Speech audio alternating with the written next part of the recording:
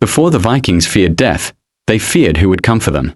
Across blood-covered battlefields, witnesses spoke of riders in the sky, armored women shining like lightning, silent watchers choosing the fallen. Some warriors begged to be seen, others prayed to be ignored. Because when the Valkyries arrived, your fate was already decided. Welcome to timeless Europe, where myth walks beside history, where ancient stories were not entertainment, but belief.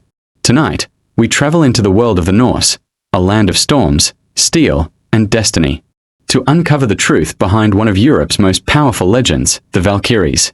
Warriors, spirits, divine messengers, not angels, not ghosts, but the choosers of the slain. The Viking worldview. To understand the Valkyries, we must understand the Vikings themselves. Life in Scandinavia was harsh. Long winters, violent seas, constant warfare. Death was not rare, it was expected. Yet Vikings did not fear dying.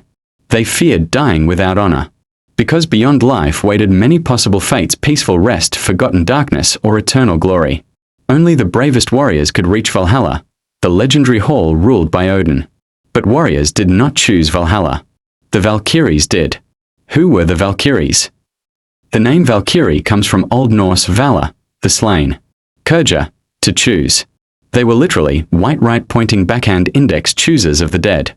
Ancient poems describe them riding through clouds, armor glowing like sunrise. Sometimes they appeared as women, sometimes as spirits of wind and battle. They watched every conflict, invisible to most, until the moment of death approached. Then, they revealed themselves. Arrival on the battlefield. Imagine a Viking battlefield. Axes collide. Shields splinter. Men shout beneath grey skies. And above the chaos, figures descend. Witnesses described shining helmets, spears of light, horses moving through air itself. The Valkyries did not fight. They observed. Each fallen warrior was judged. Not by victory, but by courage. Those chosen felt no fear, because being selected meant immortality. Journey to Valhalla. The chosen dead were lifted from the battlefield. Their bodies remained, but their spirit rode beside the Valkyries toward Valhalla. There, warriors became Einherjar, Odin's eternal army. Every day they trained for the final battle of the gods. Every night they feasted endlessly. It was paradise for warriors. And the Valkyries served there too, pouring mead, guiding heroes, preparing destiny itself. They were not servants. They were guardians of fate. Individual Valkyries. Norse stories named many Valkyries. One of the most famous was Brynhilda, a warrior spirit who defied Odin himself. Another was Sigrun, known for falling in love with a mortal hero. These stories reveal something surprising: Valkyries were not emotionless. They could love, choose, rebel, which made them both divine and deeply human. Servants or daughters of Odin. Scholars debate their true nature. Some legends describe Valkyries as daughters of Odin. Others portray them as independent spirits tied to destiny itself. In Viking belief, fate was called Wyrd, an unstoppable cosmic order. Even Odin could not fully escape it, and Valkyries may have been its agents. They did not create destiny. They enforced it. Connection to Ragnarok. The Valkyries' ultimate purpose was preparation. They gathered warriors for Ragnarok, the prophesied end of the world. During Ragnarok, gods would fall, giants would rise, the world would burn and be reborn. The Einherjar would fight beside Odin, meaning every warrior chosen by Valkyries was training for the last battle of existence. Every death was recruitment. Symbolism of the Valkyries.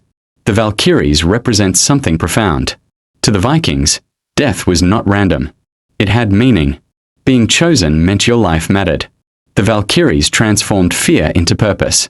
They turned battle into destiny. Even today, their image survives, symbols of strength, feminine power, guardians between worlds. They were neither cruel nor kind. They were necessary. Do they still ride? Across Scandinavia, strange stories linger. Northern lights moving like riders in the sky. Storm winds sounding like galloping hooves. Some say the aurora itself was the armor of Valkyries shining above Earth. Perhaps myths never truly disappear. Perhaps they simply change form.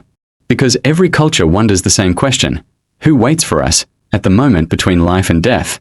Thank you for traveling through history with Timeless Europe. If you enjoy uncovering Europe's forgotten legends, subscribe and join us again. Because across ancient Europe, the past is never silent, and somewhere above the clouds, the Valkyries may still be watching.